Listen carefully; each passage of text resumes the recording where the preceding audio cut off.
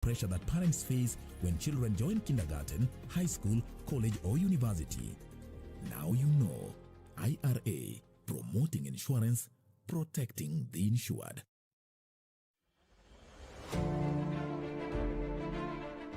Coronavirus disease is now spreading within counties in Kenya, from person to person through contact with droplets when an infected person speaks, coughs or sneezes, or through touching contaminated surfaces and objects. Anybody with a weakened body immunity has a greater risk of contracting coronavirus disease. People living with pre-existing medical conditions such as HIV, cancer, TB, diabetes among others must adhere to their treatment to strengthen immunity and therefore should ensure they have a constant supply of necessary medicines. Contact your clinic or health facility for information on how to access treatment. Help others within your network to access adequate supply of essential medicines. Ensure that you remain connected with your local networks for any support and follow the medical guidelines provided by your health facility to prevent coronavirus. Remember to stay updated with information on coronavirus using only trusted reliable channels. For more information on COVID-19, call 719 or dial *719#. COVID-19 is preventable. Protect yourself, your family, and the community. This message has been brought to you by the government of Kenya and its partners. Next on. They're just killing us, killing us, killing us. Because of the color of our skin. They're just killing us, killing us. You and I just make the perfect melodies. Kisses, kisses, kisses. Very spiritual, say man a real Rasta man. Rasta rude boy. This man a real. Go give in, Rastafari. But the easy man is kiss him. Babylon don't got no flow on them now. True love, and it feels like freedom and life. Next on. Hello. Hamjambo. Nzuri sana. Kidogo park on risk please. Watoka wapi? Jirani yako mimi nakaa hapa phase 2 hapa. Wewe unasema waka mashambani wewe. Mimi naishi hapa karibu phase 2. Hatoke ndamiayo na kusikia. Hata gari zangu zoshwa pale pale. Karibu hapa gari 4. Mwanangu mimi kazi yangu ni Kanda Warriors. Kanda Warriors. Wale Red Indians.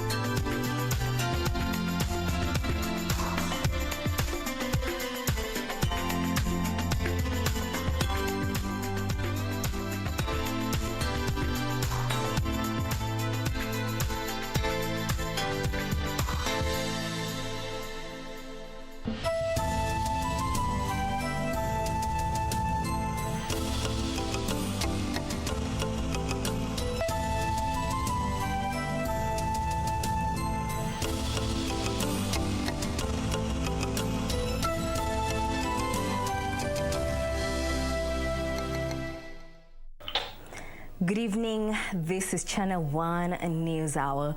Thank you for joining us. For now, we take a look at the highlights.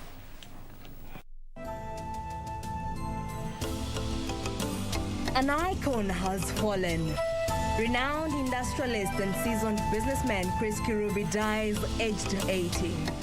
All candidates in the 6 elected positions come the next general election must have a university degree.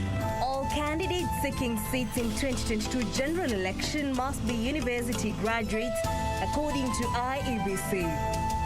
It is not about where you are. It is about where we are. And the minute you start talking we, that is the basis of success today and into the future. And President Uhuru Kenyatta meets Ukambani leaders as he roots for unity of purpose to upgrade Kenya to middle-income status.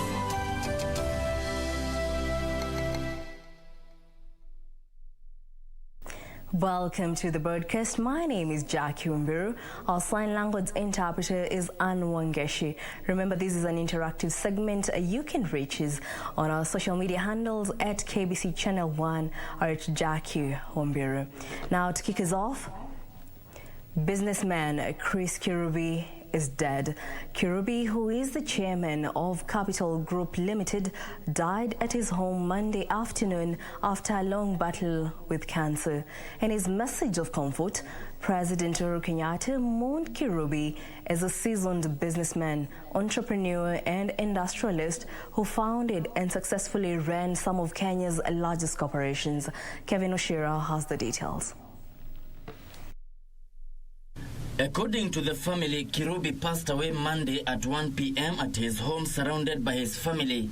Earlier in the morning, a tweet on KIRUBI's Twitter account read, and I quote, "Top of the morning to you, my dear friend. It doesn't have to be a tiring Monday. Instead, I bring to you good tidings of favor, success, achievements, and happiness in the new week. Give yourself a go towards your success plan. Enjoy today and the rest of your week." End of quote. In his message of condolence, President Uhuru Kenyatta said, besides his celebrated business acumen, Kenya will remember KIRUBI, a great coach and business mentor who raised some of the country's best businessmen and corporate leaders. The head of state eulogized KIRUBI as a cheerful, approachable, and accessible corporate leader who loved people and interacted with all Kenyans. Deputy President William Ruto eulogized KIRUBI as an irrepressible boardroom operative, media personality, developer and investor whose interests traversed multiple sectors and enterprises. ODM leader Raila Odinga remembered KIRUBI as a dedicated entrepreneur and philanthropist who helped scores of Kenyans over time. ANC party leader Musalia Mudavadi describing KIRUBI as a true patriot who told as it is without blinking. KIRUBI had been suffering from cancer since 2017. He has left behind 2 children. Details of his funeral will be communicated later. Kevin Washira, Channel 1 News. The late industrialist KIRUBI built his empire through what many say was aggressive business discipline. KIRUBI's fortune went through its moments of contention and blowback as he sought to assert himself as an astute businessman. His investments cut across various sectors such as the media, manufacturing, property management, insurance and investment sectors. Lest you forget, in 1966, KIRUBI was the commercial manager for Voice of Kenya, now Kenya Broadcasting Corporation. Not once, not twice, KIRUBI, while he lived, narrated how he was raised in abject poverty. Thus began his journey, with his first jobs helping him develop a sense of self-reliance. After high school, KIRUBI took up his first formal job with Shell Petroleum as a sales representative. He moved swiftly through his graduate studies and positions in the pharmaceutical industry, the automotive industry, and government before deciding to take a different route that began with property development. KIRUBI possessed one of Kenya's most iconic buildings, the International Life House in Nairobi, the namesake and headquarters of International House Limited, his property investment firm.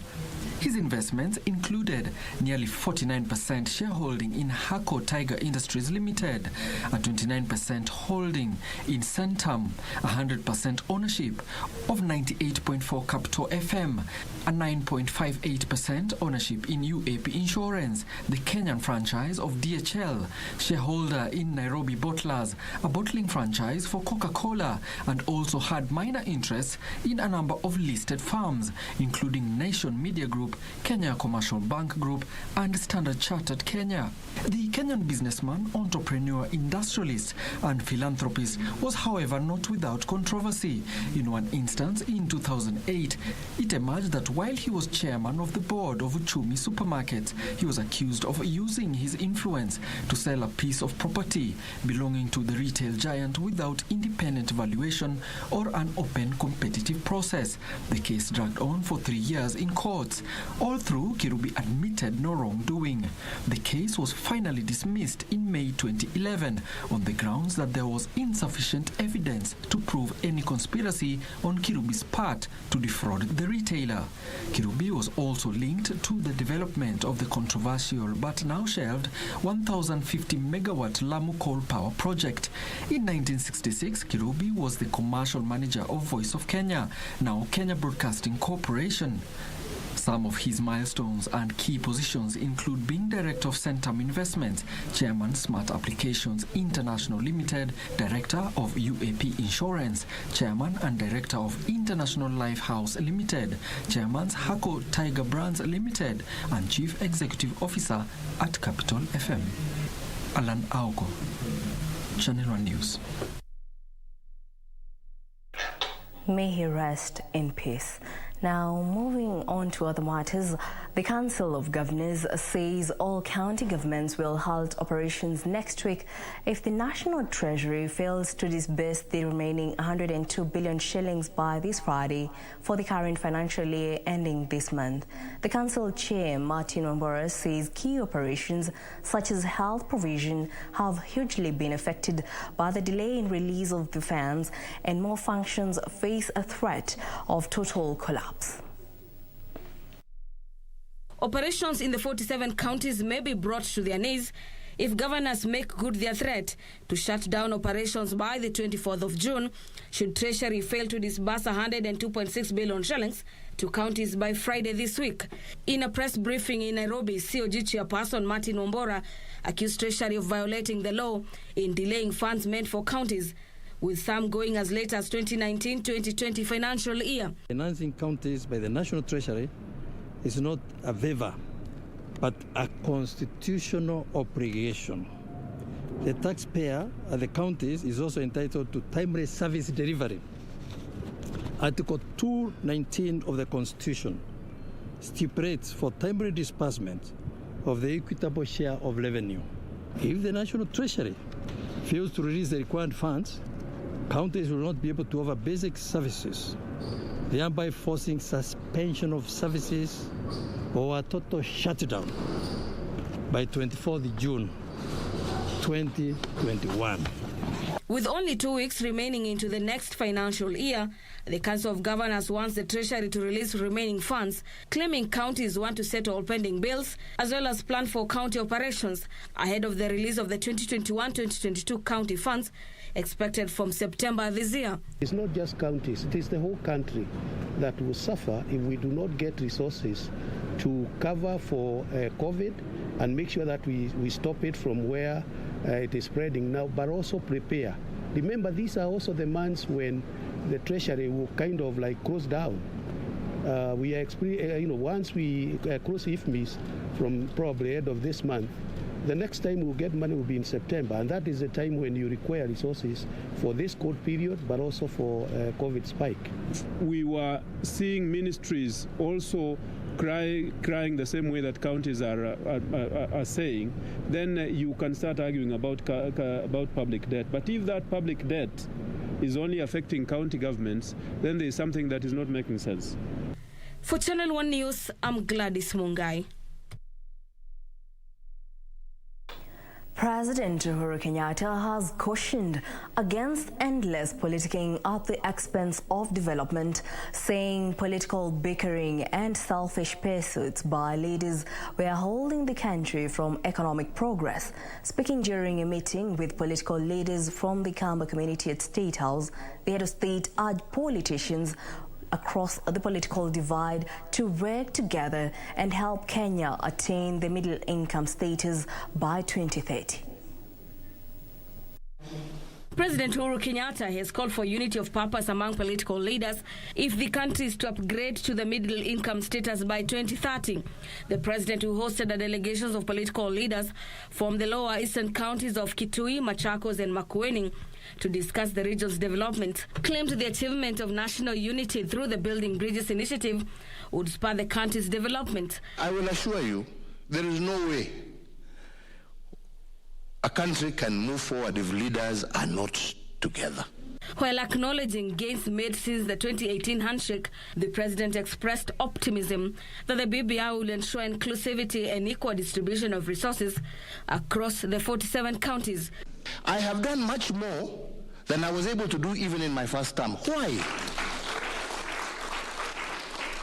Because I have been able to focus myself, working in conjunction with my colleagues, and being able to focus on the development agenda, not the political agenda. It is not about where you are.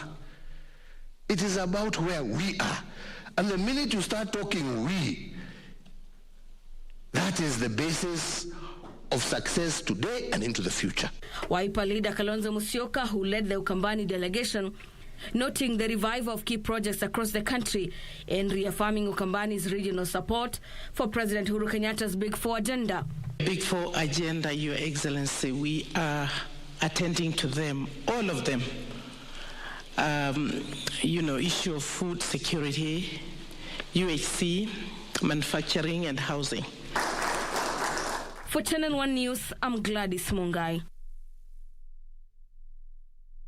In other news, the Independent Electoral and Boundaries Commission says a degree certificate will be mandatory for all candidates seeking to contest any seat in 2022.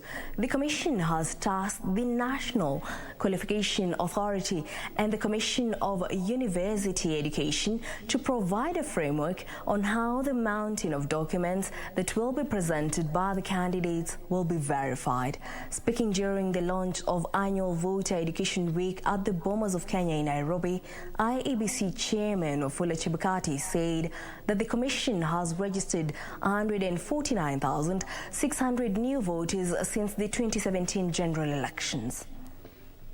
The preparations for the 2022 general elections appear to be gaining momentum, with the Independent Electoral and Boundaries Commission now wooing more Kenyans to register as voters. Speaking during the launch of the Annual Voter Education Week at the BOGUS of Kenya in Nairobi, the Commission's chairperson Wafula Chebukati encouraged those eligible for registration to visit their constituency offices for enrollment. The Commission urges persons who have attained 18 years and above to acquire national identity cards in readiness for registration as voters. The Commission equally seeks to mobilize Kenyans to register as voters during this week and encourage those eligible for registration to visit our constituency offices for enrollment.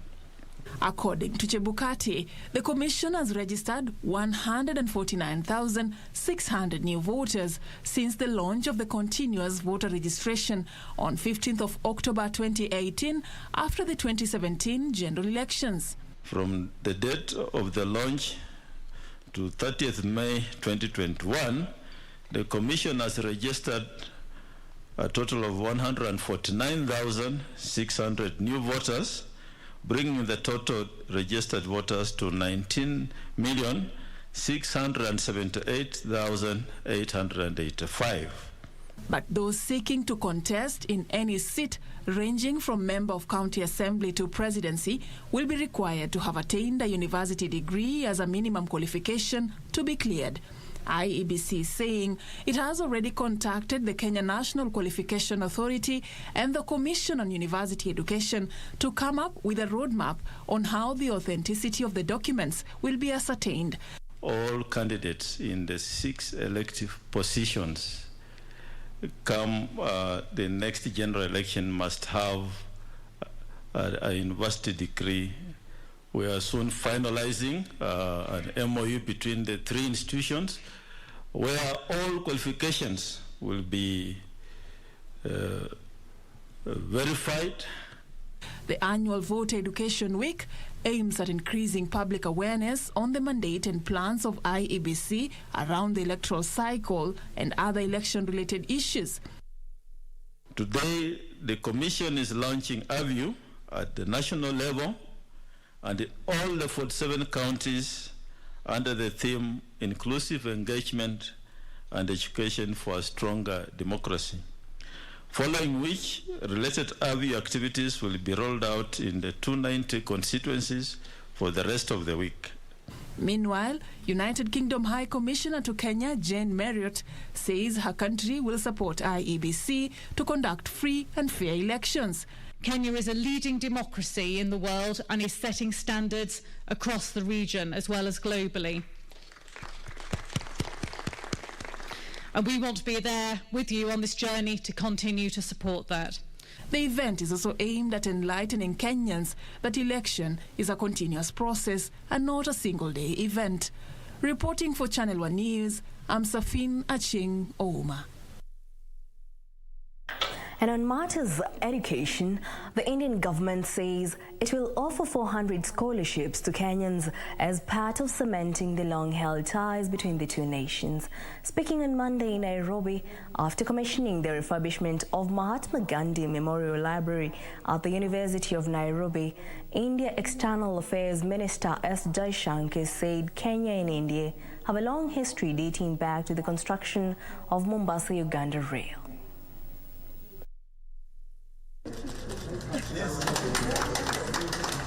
The Indian government has donated 100 million shillings to support the refurbishment of Mahatma Gandhi Memorial Library at the University of Nairobi. India External Affairs Minister S. Jaishankar said his country values the long-cherished friendship with Kenya, mostly through its people-to-people relations, which has seen many Indians invest and even reside in the country. But this is not just a moment for self-congratulation. It's also perhaps a time to reflect on the larger significance of the relationship between India and Kenya. As you all know, India's association with this university goes back decades, and the very memory of Mahatma Gandhi was meant to underline our strong solidarity. Higher Education Principal Secretary Simon Nabukwesi lauded the move, saying it will go a long way in improving education standards in this nation.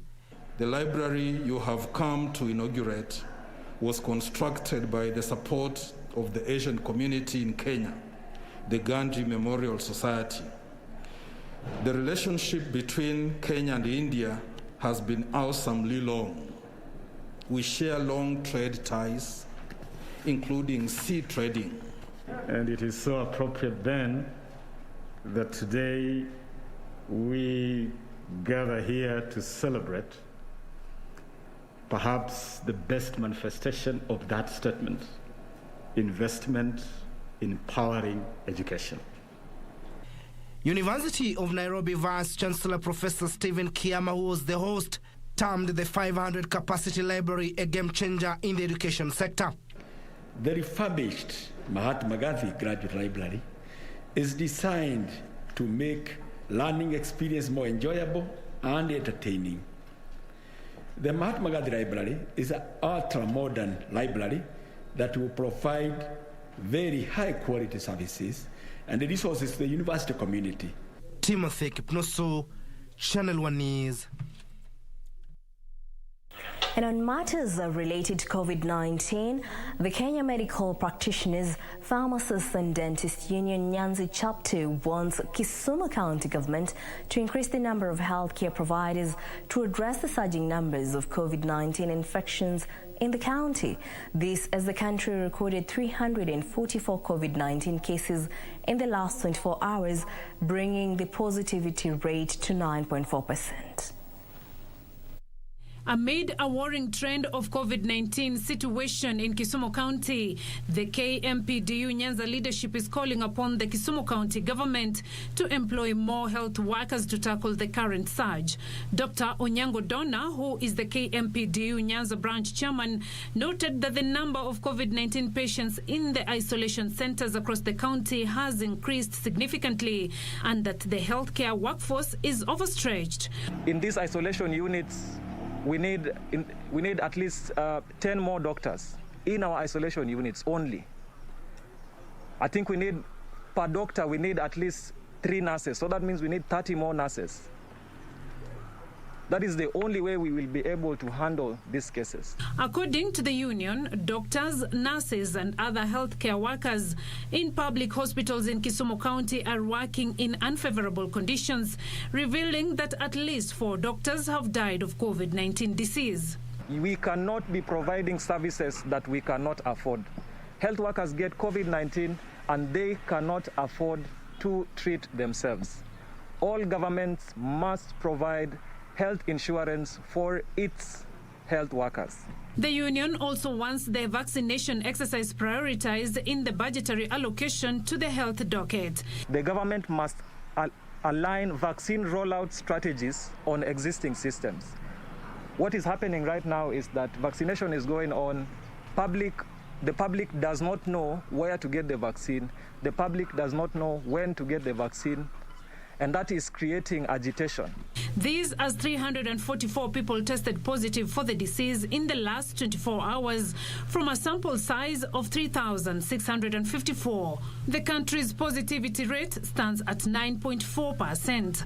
From the cases, 302 are Kenyans, while 42 are foreigners.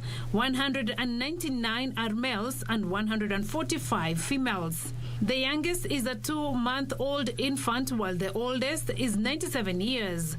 11 people have succumbed to the disease, all of them being late deaths reported after conducting facility record audits on diverse dates within the months of May and June. This brings the cumulative fatalities to 3,421. Beatrice Gatonyang-Etich, Channel 1 News. Well, that report by Beatrice Gatonyang-Etich brings us to a fast break here on Channel 1 News Hour. Don't go too far. We'll be right back.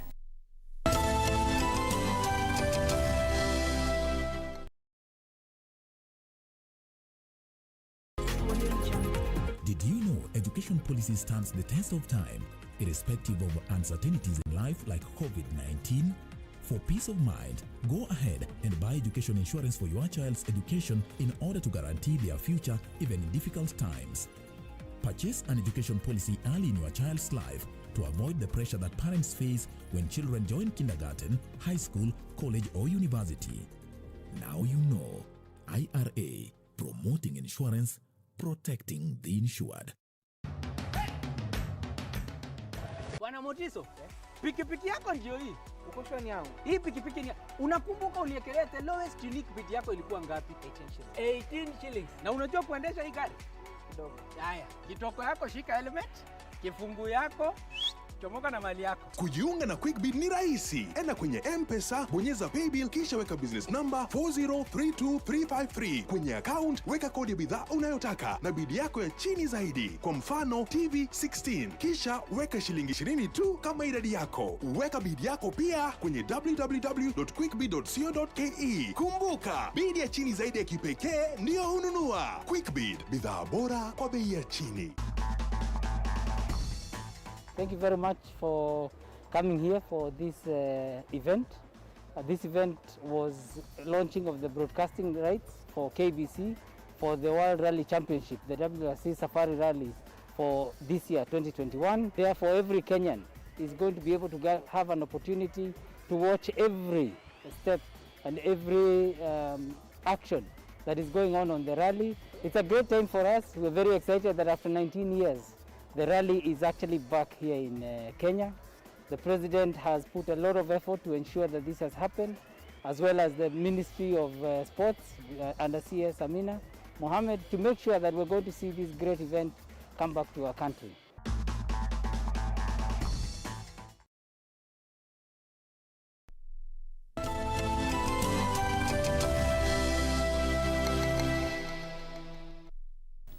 Welcome back.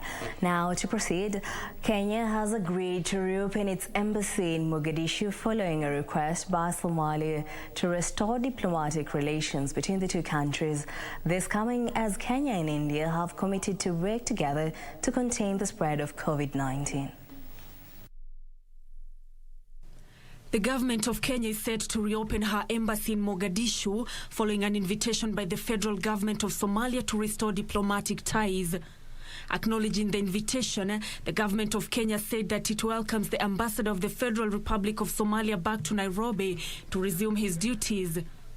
Meanwhile, Foreign Affairs Cabinet Secretary Ambassador Rachel Omamo held bilateral talks with India's External Affairs Minister Dr. Subramanyam Jaishankar, where the two sides reiterated the importance of working together in fighting COVID-19 pandemic through ensuring equitable access to vaccines and treatment, as well as collaboration in post-COVID-19 economic recovery.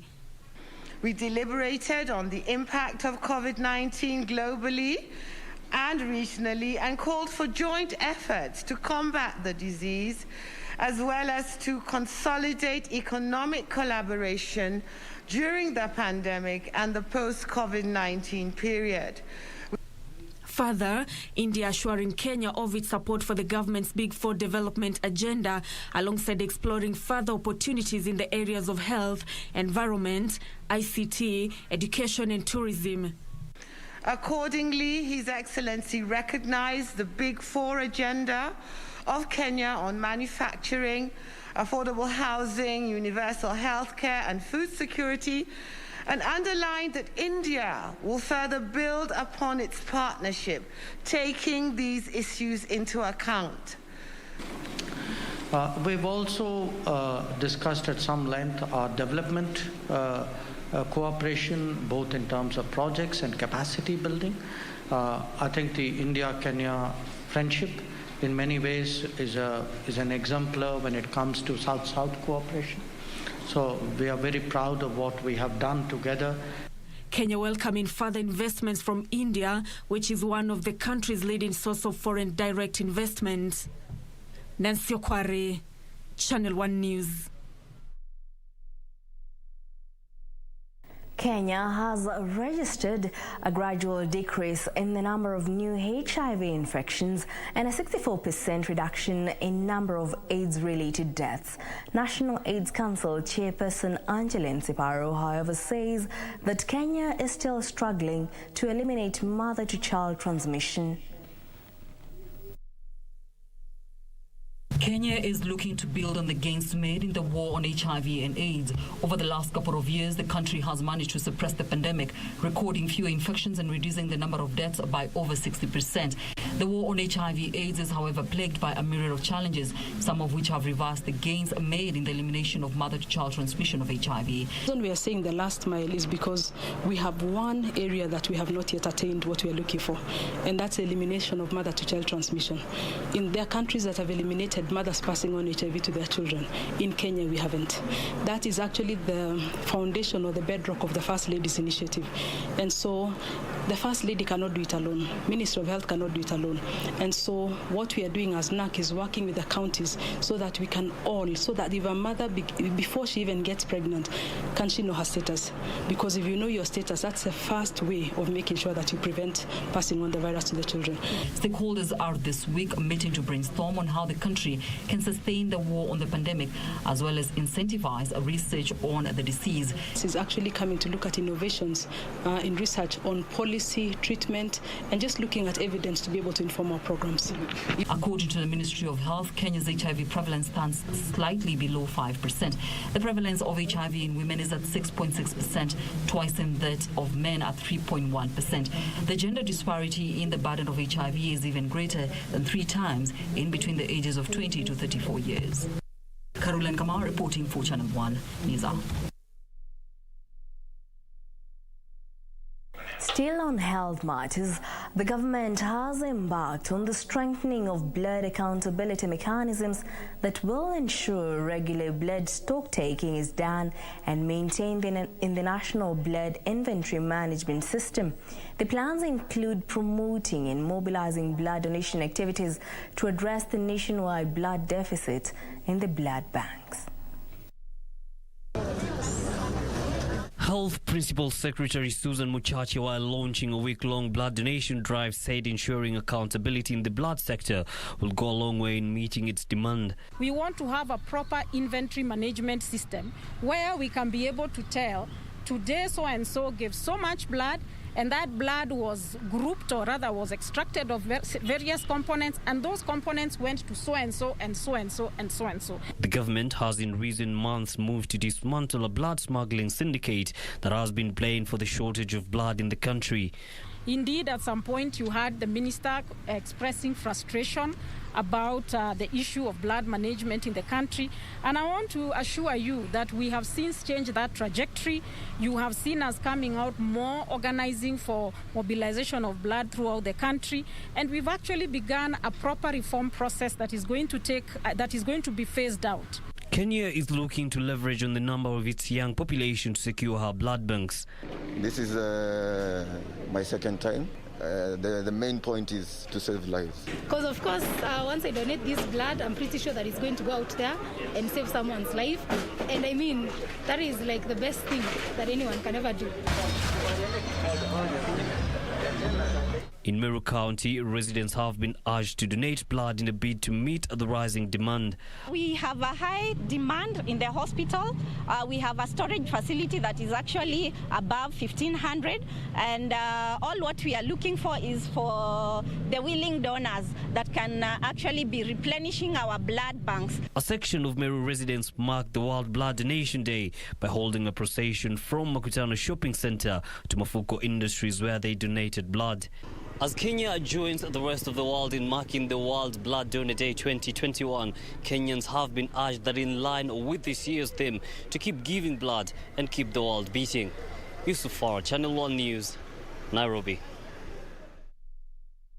And on the corridors of justice, the court has directed that documents in the case involving former Kenya Pipeline Company Managing Director Shem Ochodo and two others be administered as exhibits.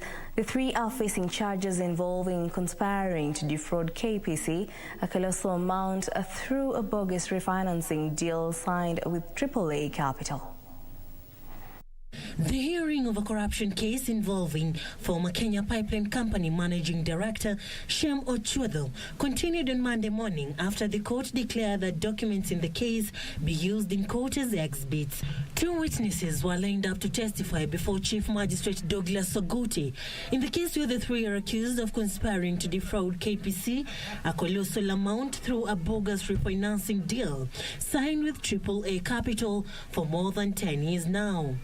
All the documents handed over to the court are hereby returned to the prosecution. So you ensure you get all your documents back. Meanwhile, Jefferson Mugambi Marete has been charged with obtaining money by false pretense. It's alleged that on diverse dates of 30th October 2018 and 12 February 2019 at Nairobi Central Business District, Mugambi obtained 5 million shillings from Richard Alfred Getonga Wagushunge by falsely pretending he was in a position to import a Toyota Land Cruiser V8. He was granted a cash bail of 500,000 Kenyan shillings and a bond of 1 million shillings. A bond of 1 million shillings with one surety of the same amount, in the alternative a cash bail of 500,000 with two contact persons. For Channel 1 News, I'm Serafina Robi. Hundreds of motorists in Nairobi on Monday found themselves on the wrong side of the law after the government mounted a crackdown on traffic offenders. The multi-agency team confiscated number plates and fined motorists who were found to have contravened the law, with the government warning of dire consequences on traffic offences. For details of these and other highlights, here is the County News Roundup. Michael Ngalana from the Road Accident and Corridor Management says road pavements are under threat from rogue motorists. Speaking when they mounted a crackdown against traffic offenders, Gala said overloading of vehicles and illegal parking are degrading road infrastructure. Like the parking of the vehicles on the road shoulders, which has a serious effect on the deterioration of the road pavement. We have seen here the damage that this is causing, and the oil leakages that go from the engines into the road pavement have the tendency of dissolving the bitumen which is used to make the asphalt concrete which is the black surface that we are seeing. In Wajir, Northeastern Regional Commissioner Nicodemus Ndalana has vowed to crack down on illegal immigration, drug trafficking and contraband goods in the region. Ndalana has to that effect tasked local administrators to ensure that all roads are blocked to legal immigrants and goods. Hii ya Adado ni mahali pia ya kupitia aliens, especially aliens wa kutoka Ethiopia, na wote wanatokezea kwake na wanatokea border point moja pamoja na wale wanatoka through Ethiopia, ni through Moyale wakija kupitia kwako, ni transit point, lazima uhakikishe umesimamisha. Elsewhere, security teams in Isiolo County has convened a meeting to avert further clashes between locals living in the region.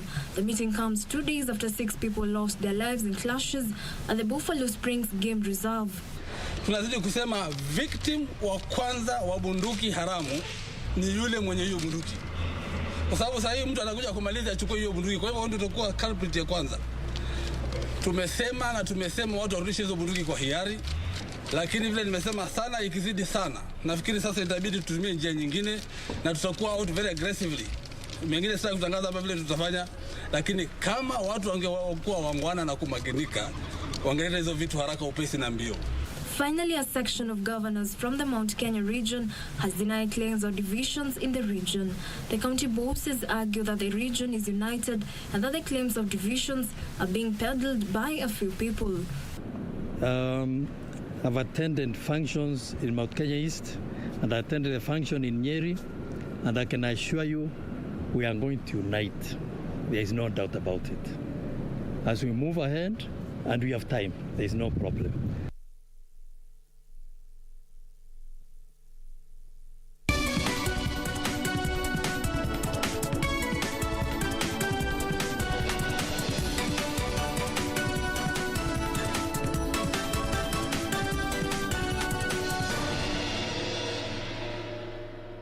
And on news making headlines in the business world, the Senate has called on the government to review fuel levies and taxes on petroleum to rein in the runaway fuel prices.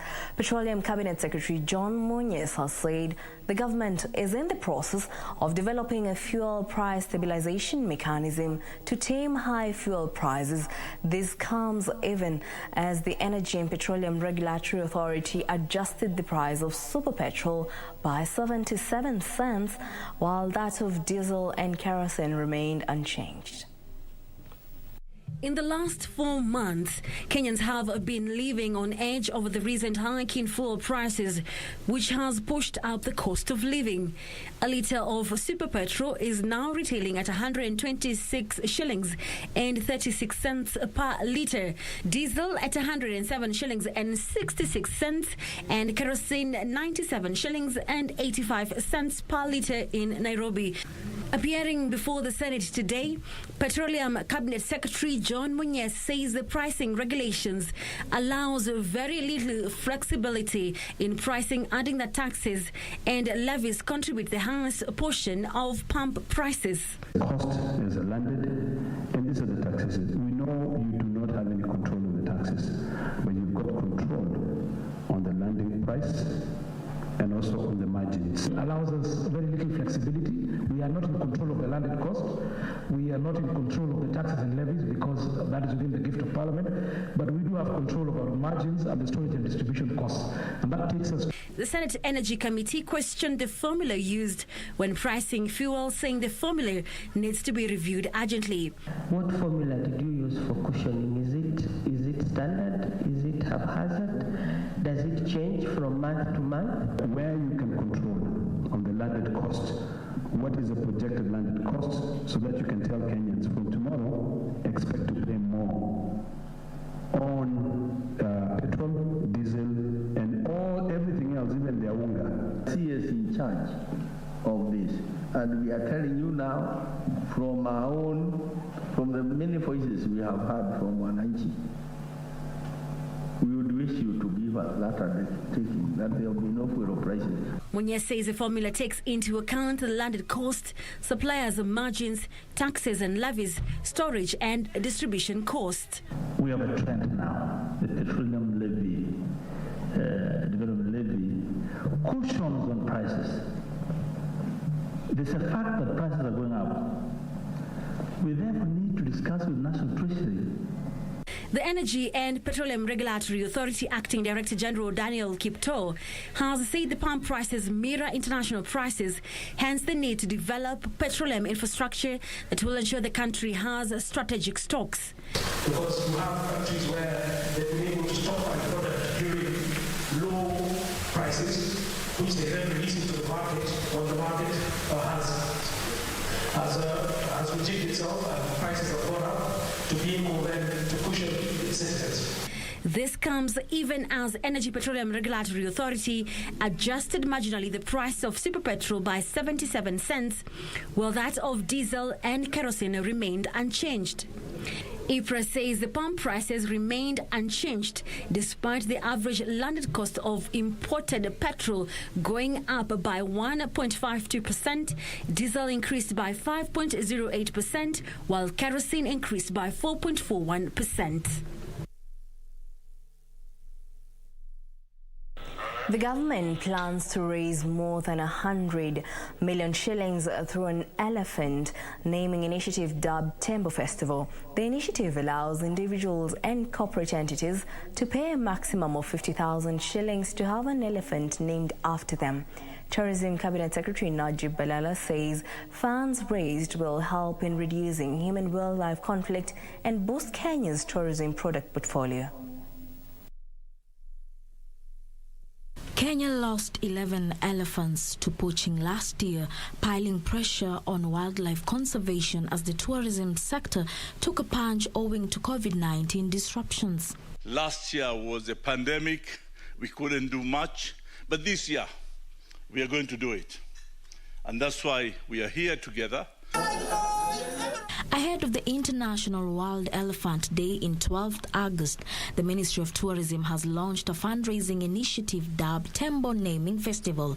The festival will allow one to have an elephant named after them by simply contributing from as low of 1,000 Kenya shillings for an individual at 50,000 shillings for a corporate. We can capitalize on the iconic endangered species, which is the elephant, and say, what do we do? Do we promote? Do we fundraise? How do we conserve much better? And that's why on the 12th of August this year is going to be the International World Elephant Day. Under the initiative, the government is targeting to raise 100 million shillings within the next 5 years. Going forward, the festival will be held annually at the Amboseli National Park that has not recorded a case of poaching in the last 20 years. The Tembo Naming Festival will be offering a tour experience and creating awareness on the need for wildlife conservation.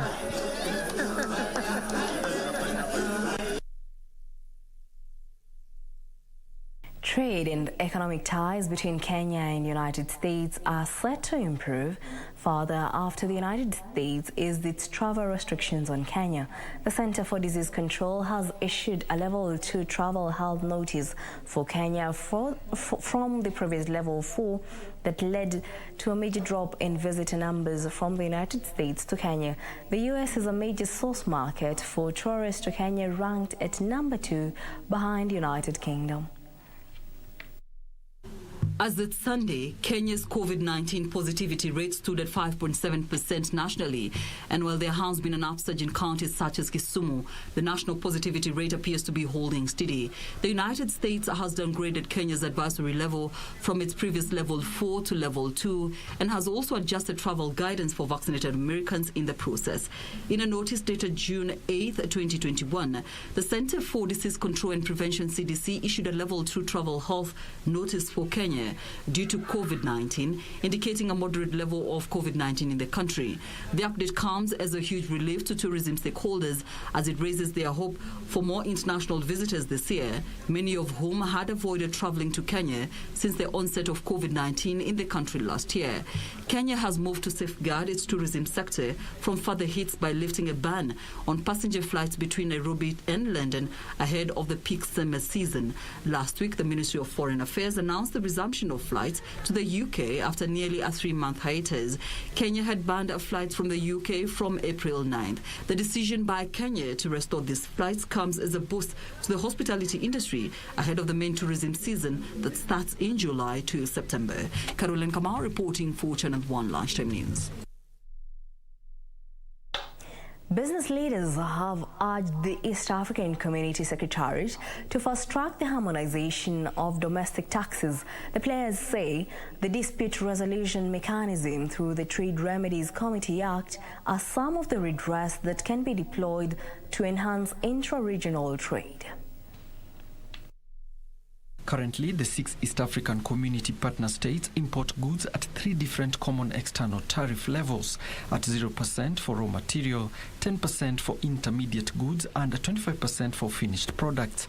Consultations are ongoing as to whether the community should adopt a 4th CET band at either 30% or 35%. However, the private sector says this and persistent non-tariff barriers will slow the industrialization agenda and value addition in the EAC region. Kwenye integration of the private sector ndani ya region au ndani ya eneo hili la Afrika Mashariki, kuna masuala ya mtandao ili tuweze kuwa na bei moja kimtandao. Kuna masuala ya COVID-19 ili jinsi kila nchi inavyotreat matatizo ya COVID-19. However, the EAC Secretariat said businesses across the East Africa region are set to benefit from prompt resolution of persistent trade barriers and disputes following the revamping of the EAC Secretariat Private Sector Desk, which will serve as an interface between the private sector and the EAC Secretariat.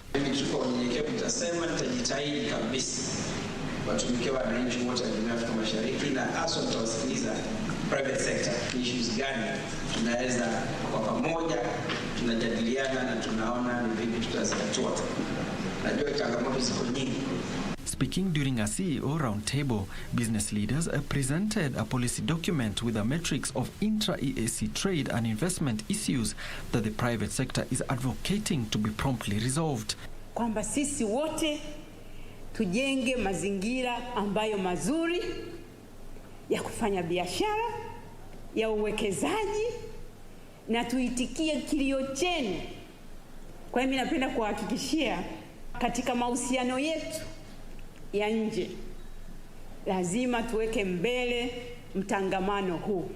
After trade barriers are ironed out, intra-EAC trade is expected to increase by almost 100 billion shillings in coming years, as estimated by the Office of Eastern Africa.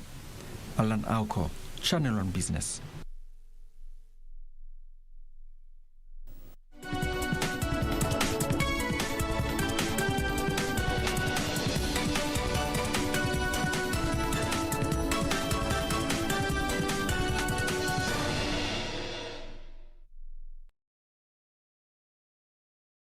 Kupata skiza tune ya usifadhaishwe, dial star 811 star 815 hash.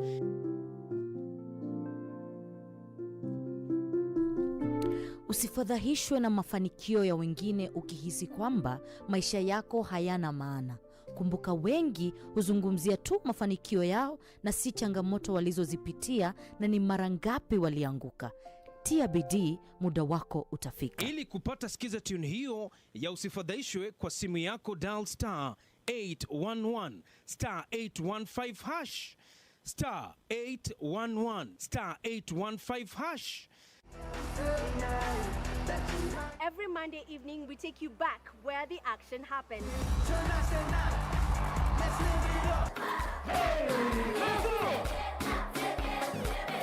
We cheer up your Monday blues. Our cameras rove all week to cover the latest in the enormous showbiz scene. We show you what you missed even if you were present. Grapevine gives 100% support to the local entertainment content. From celebrity buzz, music, fashion,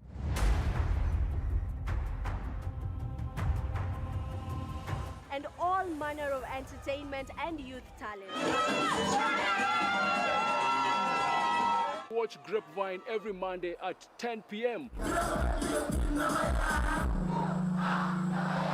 Remember what they say, if you did not see it on Grapevine, then it most probably never happened. My name is Helen Shiri, formerly of Warembo Bila Makeup Rally Team and Head Girl Racing. The moment I'm in organization for this safari rally, I'll be the event secretary. We are really supporting the ladies in the safari, the ones that have entered. I'm hoping they're going to give the men a run for the sport they are better known in. We've really been waiting for this for a long time. We've worked hard on making the preps ready. All we are asking the Kenyans is, if you're not able to come to the spectator stage, you'll be able to follow the whole rally in KBC Channel 1. Eldoret, Chamge, get ready. The Insurance Open Day is here. The Insurance Regulatory Authority, in partnership with the County Government of Uasin Gishu, is bringing the insurance message to you. Join us from 16 to 18 June 2021 at the Central Primary School grounds and learn about insurance. Insurance companies and other financial regulators like the Retirement Benefits and the Capital Markets Authorities will be present to educate you on the various financial services and products available in the market. IRA officers will be present to address any concerns and clarifications on your insurance policies. Entry is free and all Ministry of Health COVID-19 protocols and guidelines will be observed. Get to Eldoret.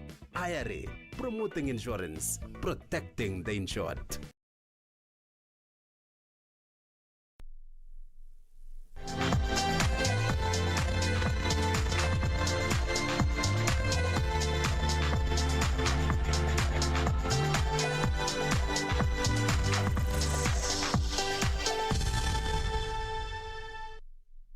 Welcome back. And in the sports world, Gor Mahia and AFC Leopards chairman have called on the government to reconsider its decision to reintroduce 20% excise duty on betting, saying it will have negative effects on the two community clubs and other teams in the country which rely on betting firm sponsorship at a time when the country is still grappling with the COVID-19 pandemic. While speaking at a Nairobi hotel, AFC Leopards chairman Dan Shikanda and his Gor Mahia counterpart Ambrose Rachet urged the government to shelve reintroduction of the corporate tax until after the COVID-19 pandemic, as the move may compel BetSafe, who sponsor the two clubs, to cut or withdraw their sponsorship, since it will have adverse effects on their business. We, as representatives of the top-tier football clubs in Kenya, and by extension the sports fraternity, make an appeal to the government and members of parliament to make special considerations on this exigent matter and give the sports fraternity a fighting chance in these difficult times. People in this country, we've seen there is no any income, but bills are escalating. Rent must be paid, salaries must be paid. For example, our league stopped, but we continue paying salaries. We have actually finished a physical year with our sponsors. Yet the league, we have just started the second leg. The tax was initially introduced in 2019, but shot down by Parliament in July 2020, before Treasury Cabinet Secretary Ukur Yatani reintroduced it last week during the budget reading. It has actually been like football has been neglected. We are told go and play in Machakos, go and play at Narok. We are teams based in Nairobi. And you asked about land. We are actually chasing. Because what's the purpose of our stadia if they are closed for us? Then we have to go and play Utali grounds and Uwaraka. Never mind the state. Why there and not at Nyayo Stadium or even at Kasarani? Why are we being excluded from the facilities that were made for us? They are not even sports stadia. They are stadia for football. And here we are excluded for reasons that we cannot say. The two chairmen also pleaded with the government to allow the FKF Cup final pitting the two giants set for 4th of next month and other subsequent league fixtures to be played in Nyayo Stadium, as most of the current playing grounds are in deplorable state, which poses so much risks to the players.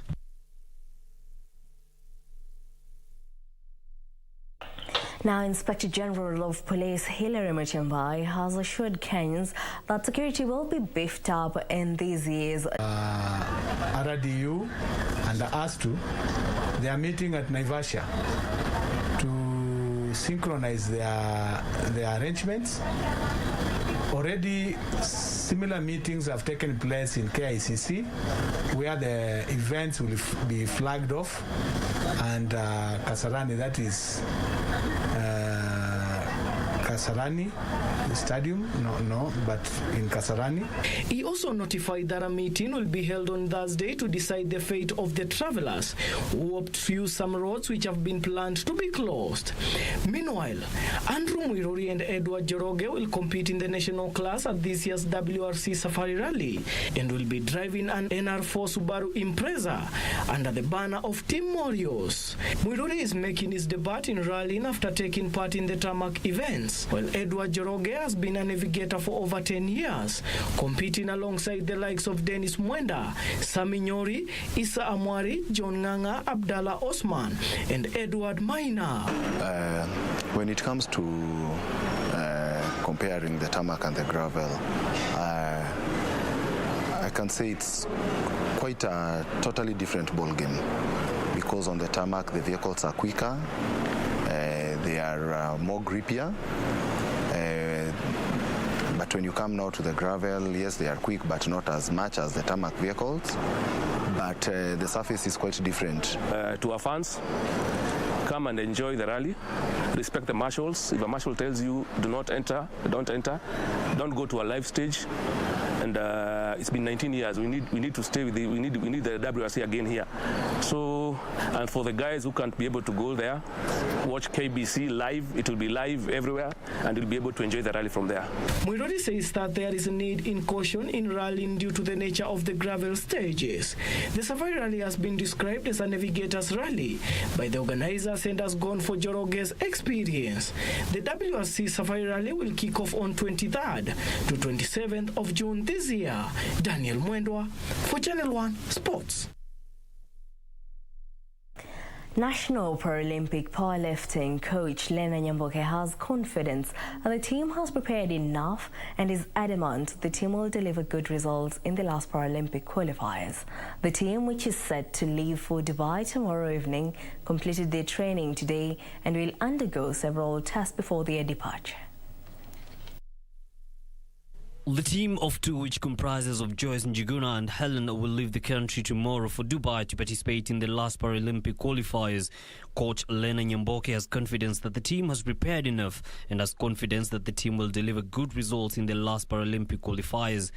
Joyce Njuguna, who is ranked second in the world, has also promised that she will do all she can to deliver best for the country and also ensure that she qualifies. The team is camping at Utali Hotel and has undergone tests before tomorrow's departure.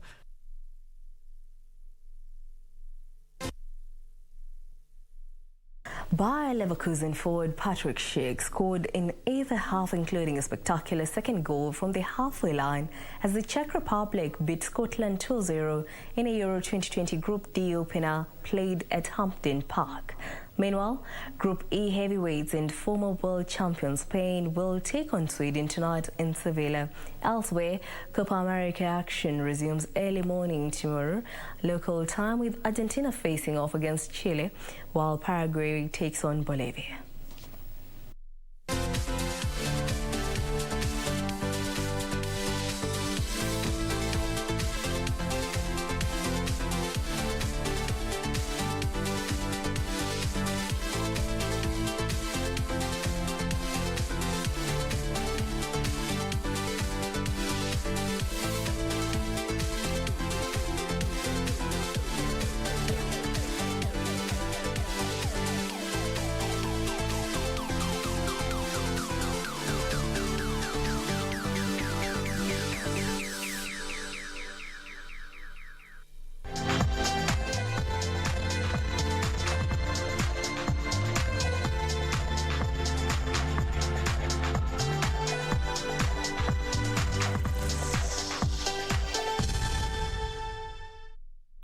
Well, that brings us to the end of our bulletin tonight. Thank you for keeping it Channel 1 News Hour. Now, we wish you a good night. My name is Jacky, and Wambiru sign language interpreter is Anwangesh. Have a good night.